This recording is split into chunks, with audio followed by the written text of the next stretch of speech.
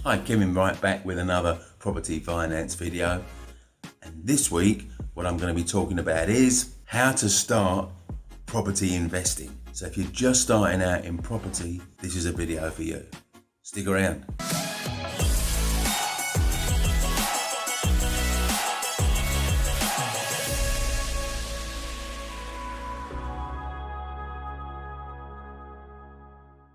So investing in property is pretty much a niche thing to do. Why do I say that? Because a very small percentage of the UK population actually invest in property. It's less than 5% and it's probably less than 3% too. So it's a pretty small amount of people when you take the country as a whole. Of course, 3% of 66 million is still a lot of people, isn't it? But comparatively, the vast majority of people in the UK do not invest in property. And the problem can be when you decide to invest in property and you share your intention with the people in your spheres of influence.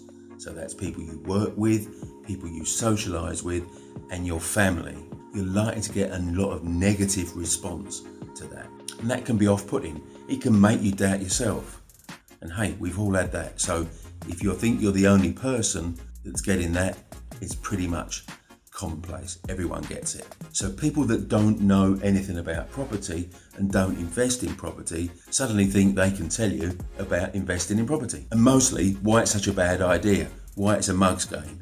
If it was easy, everyone would be doing it. And all sorts of negative comments like that. Now, with the exception of maybe your parents who have a genuine desire for your good fortune, with pretty much everyone else, their comments say more about them than they do about you. But anyone who actually knows about property knows that done with a degree of skill and due diligence and the ability to know how to mitigate the risk of your investment, it's probably one of the most stable, least risky ways to build wealth. And one of the main reasons for this is land is a finite source. Governments print more money, companies print more shares or issue more shares, but last time I checked, they're not making any more land. So there's a scarcity of commodity when you invest in property and the land that the property is built on that doesn't exist in quite the same way with any other commodity you might be looking to invest in.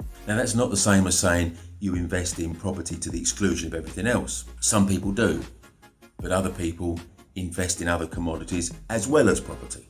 So where do you start? Well, what we're going to look at is some of the different ways that you can make money out of property, and it is more varied than just buying a property and renting it out to a tenant. But then I'm going to look at some of the different ways that you can rent a property out and derive rental income from it. So let's crack on. Now, as I just said, the most obvious way to invest in property is to buy it and rent it out. There are different ways you can rent it out, but renting it out and deriving a rental income is probably the most obvious way to make money out of property. But what else is there? Hey, have you subscribed yet? If not, click the button there. Oh, and that dingy belly thing there so you don't miss a new video every time I release one. Thank you. And follow me on Instagram too. There's the button down there. Thank you.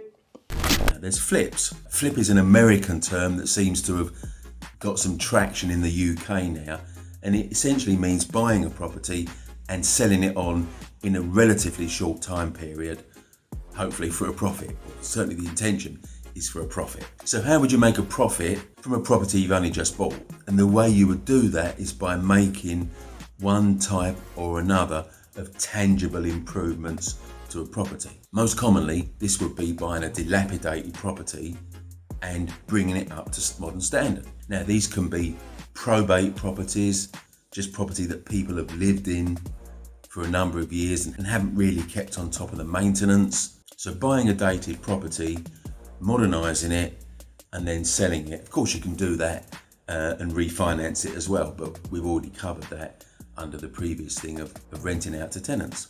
So buy it, improve it, sell it, bank the cash profit is another way to make money out of property. Now, it's more irregular because you're only going to do that, well, every few months probably, but you get a much bigger chunk of money in one go. So it's irregular, bigger chunks of money, as opposed to with renting, you get very regular, small chunks of money, which is the monthly rental income. Another way to make money from flipping property without necessarily doing an awful lot of work to it is to find what's called a motivated seller. Of all the properties that are on the market at any given time, the one thing that unifies all properties for sale is the seller's desire to sell them. Otherwise, why would they market them for sale?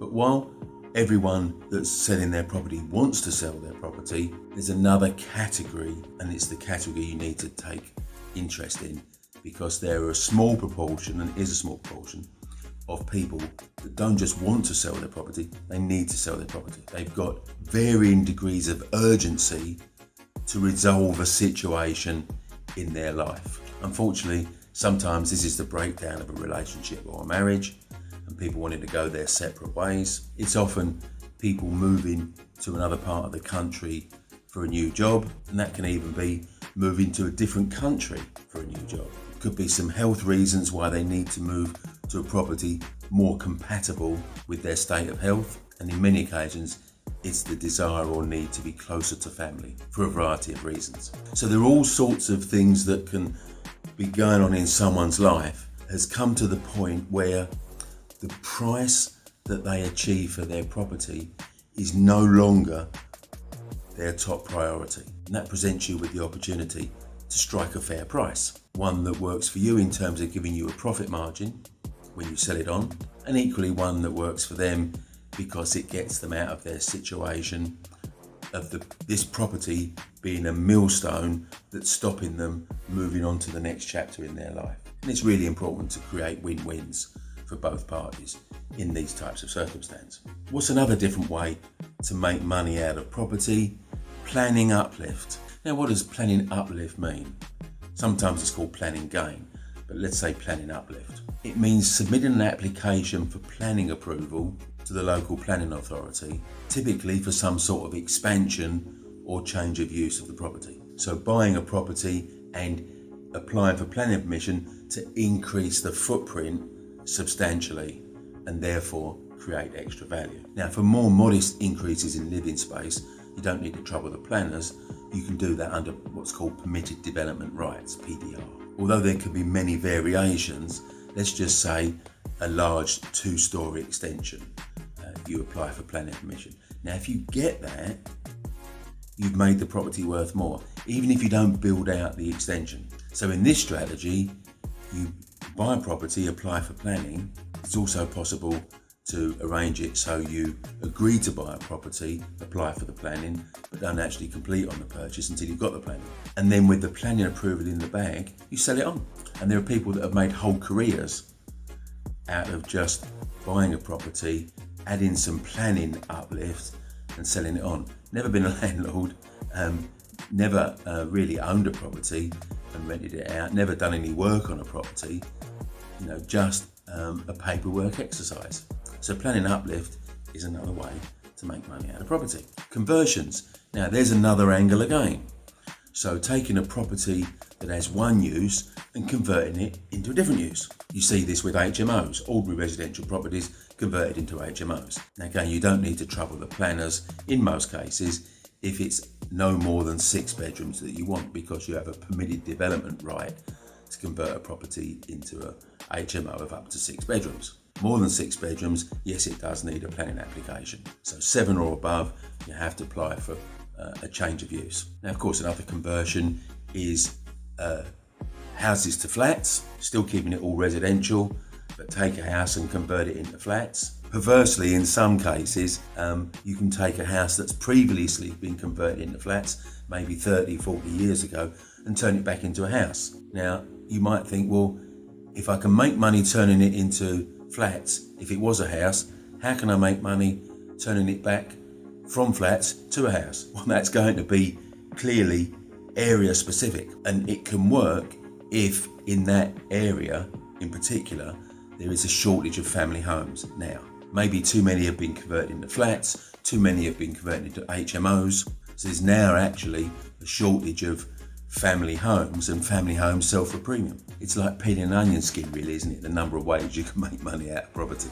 And of course, there's commercial to residential conversions, taking a commercial property and converting all or part of it to residential. There again, there are permitted development rights for some types of commercial property. So in some cases, yet again, you don't need to bother the planners. You can just get on and do the conversion. Others will need planning permission. Oh, by the way, houses to flats, that needs planning permission too. Now, if you do decide you want to go down the landlord route, buy a property, rent it out and receive a rental income, there are different ways you can do that. So let's have a look at those now. The most commonplace one is to rent it out on a single AST, assured short hold tenancy. That is a standard rental agreement for use in the UK.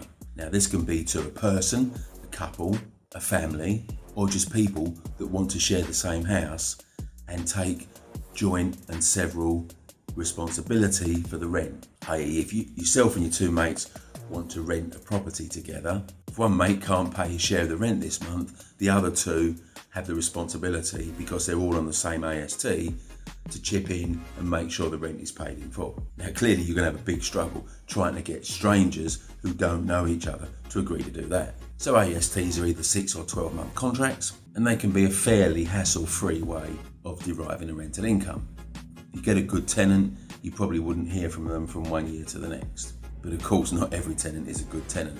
So tenant selection is key, because you only want good people renting your property out. A very simple way to get involved in deriving rental income from a property is to take in a lodger or two. Now, check out the video I shot recently where I explain in more detail about how lodgers work. You can see the thumbnail on the screen here.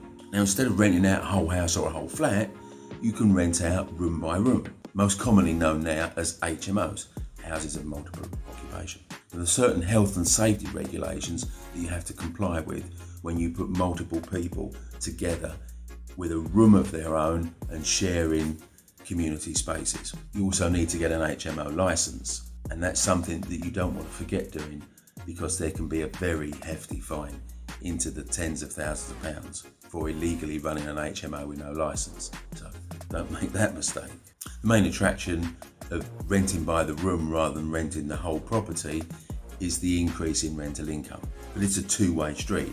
With the increase in rental income comes a need to adapt the house for the health and safety issue that I just mentioned, the cost of the licence, the requirement to pay for the utility bills, which isn't the case with a single tenant. They're responsible for their own utility bills and council tax, and the factor of tenant churn, which means that people that rent a room are probably going to stay a shorter time period in your property than people that rent the whole property. There's more transience with HMO tenants. Serviced accommodation is another way of deriving rental income. So this is short-term letting. Now, you can do this on things like Airbnb and Booking.com, where you literally make your property available for rent by the night, in much the same way that a hotel, guest house or bed and breakfast would.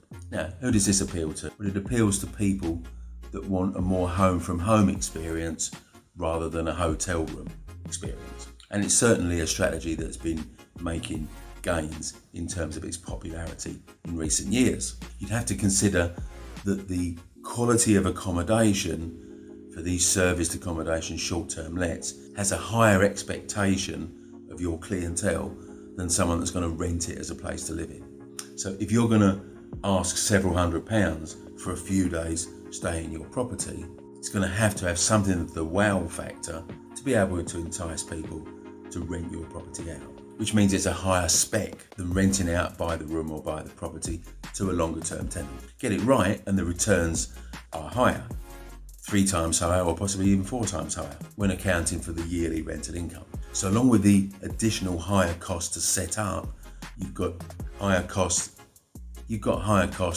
with the regular cleaning, changeover days and that type of thing. Higher returns, higher costs, and of course it's much more hands-on, unless you get to a scale where you can outsource all of that. Variation on the short-term letting is holiday lets.